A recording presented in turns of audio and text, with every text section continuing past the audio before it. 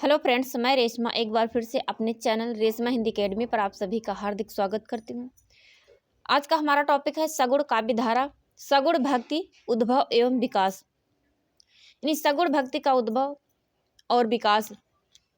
आज की हमारी क्लास है 22। इससे पहले हम 21 क्लास करा चुके हैं। आप लोग उन्हें प्लेलिस्ट में जाकर देख लीजिए। चैनल पर पहली बार आए तो चैनल को सब्सक्राइब करिए, वीडियो को लाइक करिए, वीडियो को ज़्यादा से ज़्यादा शेयर करिए, कमेंट बॉक्स में अपना प्यारा सा कमेंट लिखिए। तो चलिए बढ़ते हैं। जैसा कि आज का हमारा टॉपिक है सगुण भक्ति, उद्भव एवं विकास। आचार्य रामचंद्र शुक्ल के अनुसार श्रद्धा और प्रेम के योग का नाम भक्ति है। क्या है? तो श्रद्धा और प्रेम के योग का नाम भक्ति है। भक्ति साहित्य में प्रस्थानत्रयी उपनिषद, यानी भक्ति साहित्य में प्रस्थानत्रयी के अंतर्गत आते हैं उपनिषद, गीता तथा ब्रह्मसूत्र को कहा गया है। क्या कहा गया? भक्ति साहित्य में प्रस्थानत्रयी हैं ग्रंथ, तो उपनिषद, गीता और ब्रह्मसूत्र को कहा गया है।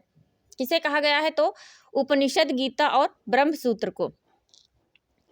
हम अपनी इस क्लास में आप लोगों को याद करा देते हैं। फिर है नारद भक्ति सूत्र में भक्ति के 11 भेद माने गए हैं। कितने भेद माने गए हैं? तो भक्ति के 11 भेद माने गए हैं। किसमें? तो नारद भक्ति सूत्र में भक्ति के 11 भेद माने गए हैं, जो निम्न है। नंबर 1 पर है गुण महात्म्य शक्ति, दूसरा है रूपा शक्ति, तीसरा है पूजा शक्ति, चौथा है स्मरणा शक्ति।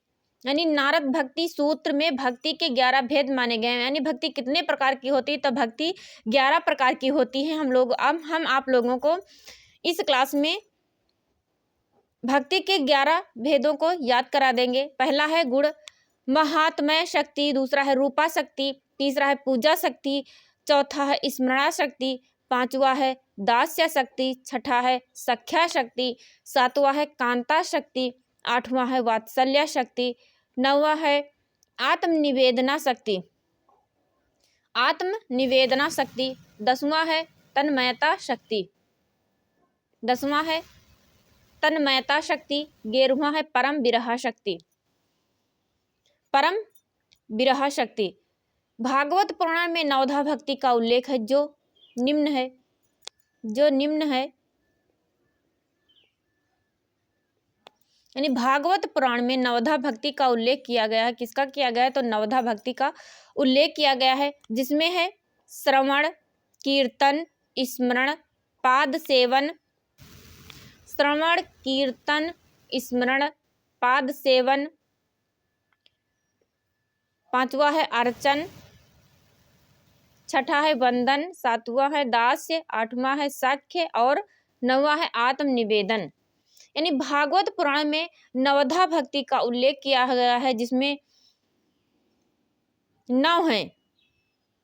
भक्ति के मार्ग 9 बताए गए हैं भागवत पुराण में, जो निम्न प्रकार से उल्लेखनीय है। पहला है श्रवण, दूसरा है कीर्तन, तीसरा है स्मरण, चौथा है पाद सेवन, पांचवा है अर्चन, छठा है बंधन, सातवां है दास्य, आठवां है सख्य, नौवां है आत्मनिवेदन।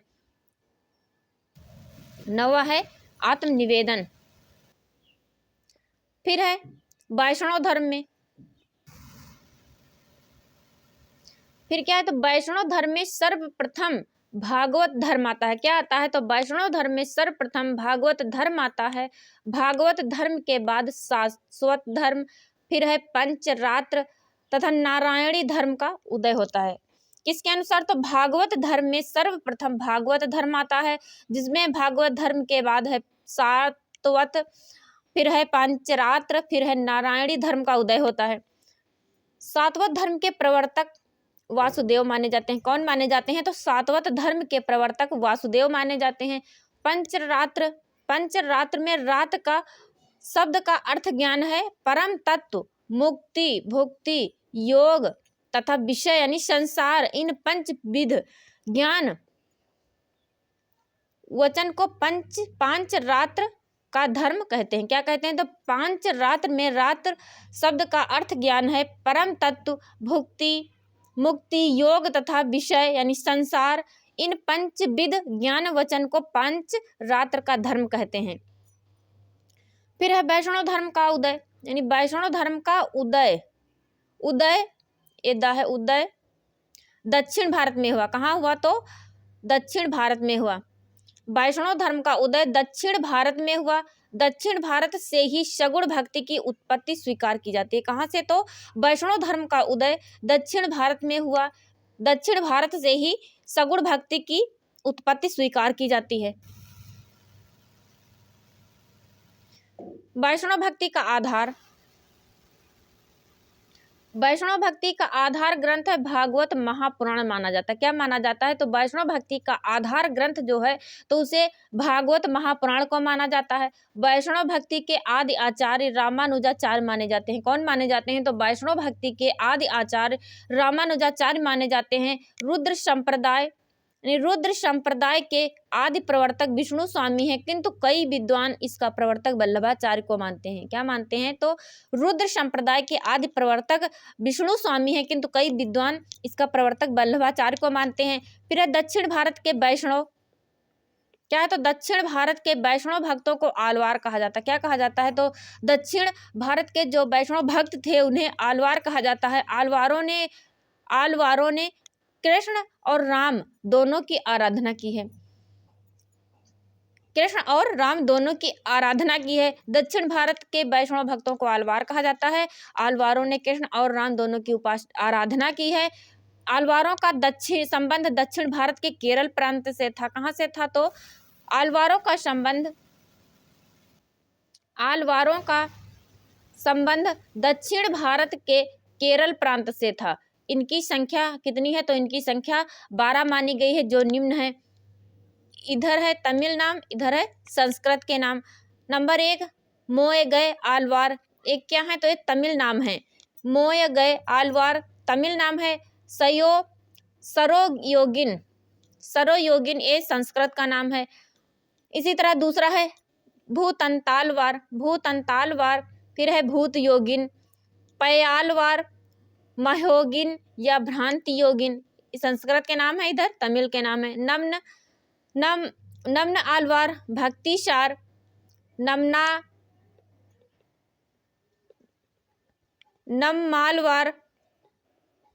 नम्मालवार भक्तिसार, नम्न आलवार भक्तिसार, नम्मालवार षटकोपाचार, मधुर कवि आलवार, मधुकर कवि। फिर है कुलशेख आलवार,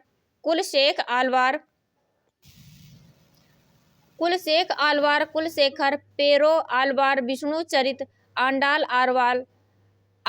आलवार जो महिला थी, जिसे संस्कृत में जिसका नाम है गोदा, क्या है? तो इसने गोदा कहा जाता है संस्कृत में। तमिल में आंडाल आलवार यानी महिला थी। तोडर डिप्पोडो आलवार, भक्ता घ्रीरेणु, तिरुप्पान आलवार, योगी वाहक, तिरुमंगई आलवार, परकाल। तो एक तरफ है तमिल के नाम और दूसरी तरफ संस्कृत के नाम। आलवार भक्तों की संख्या कितनी है? तो 12 है। ये थे हमारे आलवार भक्तों के नाम।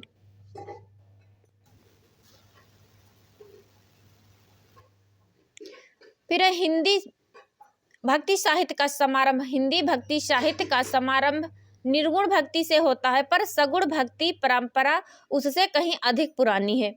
ब्राह्मणवाद का विरोध सगुण भक्तों ने भी अपने ढंग से किया है, यानी ब्राह्मणवाद का विरोध सगुण भक्तों ने भी अपने ढंग से किया है। भारतीय धर्म की लंबी परंपरा में एक नहीं अनेक परंपराएं थी, लेकिन मोटे तौर पर उन्हें 2 धाराओं में विभक्त किया जा सकता है। एक है ब्राह्मणवादी धारा और दूसरी है ब्राह्मणवाद विरोधी धारा। पहली है ब्राह्मणवादी धारा, दूसरी है ब्राह्मणवाद विरोधी धारा।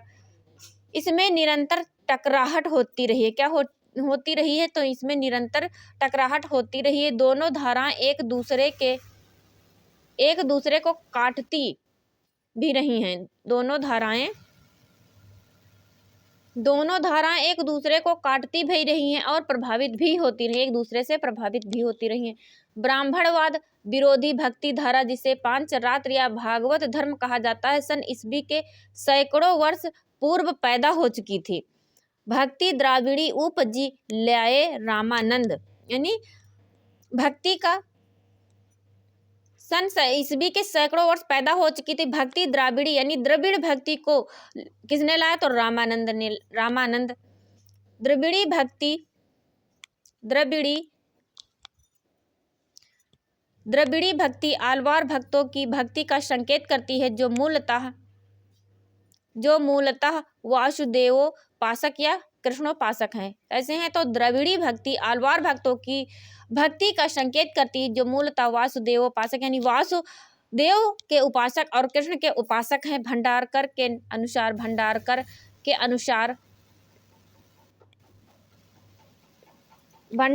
अनुसार 11वीं सदी के पहले राम भक्ति का उल्लेख नहीं मिलता है। रामानंद का समय और बाद का है। द्राविड़ी भक्ति मुख्यतः उस समय के इतिहास की देन है, परंतु भागवत धर्म का किसी न किसी रूप में उस पर प्रभाव पड़ा है। यानी भंडारकर के अनुसार 11वीं सदी के पहले भक्ति काल राम भक्ति का उल्लेख नहीं मिलता है। रामानंद का समय तो उसके और बाद का है। द्राविड़ी भक्ति मुख्यतः उस समय के इतिहास की देन है, परंतु भागवत धर्म का किसी न किसी रूप में उस पर प्रभाव पड़ा है। फिर है पांचरात्र और आलवार। क्या है? तो पांचरात्र और आलवार। पांचरात्र और आलवार। पांचरात्र सिद्धांत का संबंध ऋग्वेद के पुरुष सूक्त से है। किससे है? तो पांचरात्र सिद्धांत का संबंध ऋग्वेद के पुरुष सूक्त से है। इसे वैष्णव भक्ति गंगा की गंगोत्री कहा जाता है, यानी कहा जा सकता है। शतपथ ब्राह्मण में नारायण का उल्लेख जो एक श्रेष्ठ पुरुष है के रूप में किया गया है। शतपथ ब्राह्मण में नारायण का उल्लेख जो एक श्रेष्ठ पुरुष है उसके रूप में किया गया है।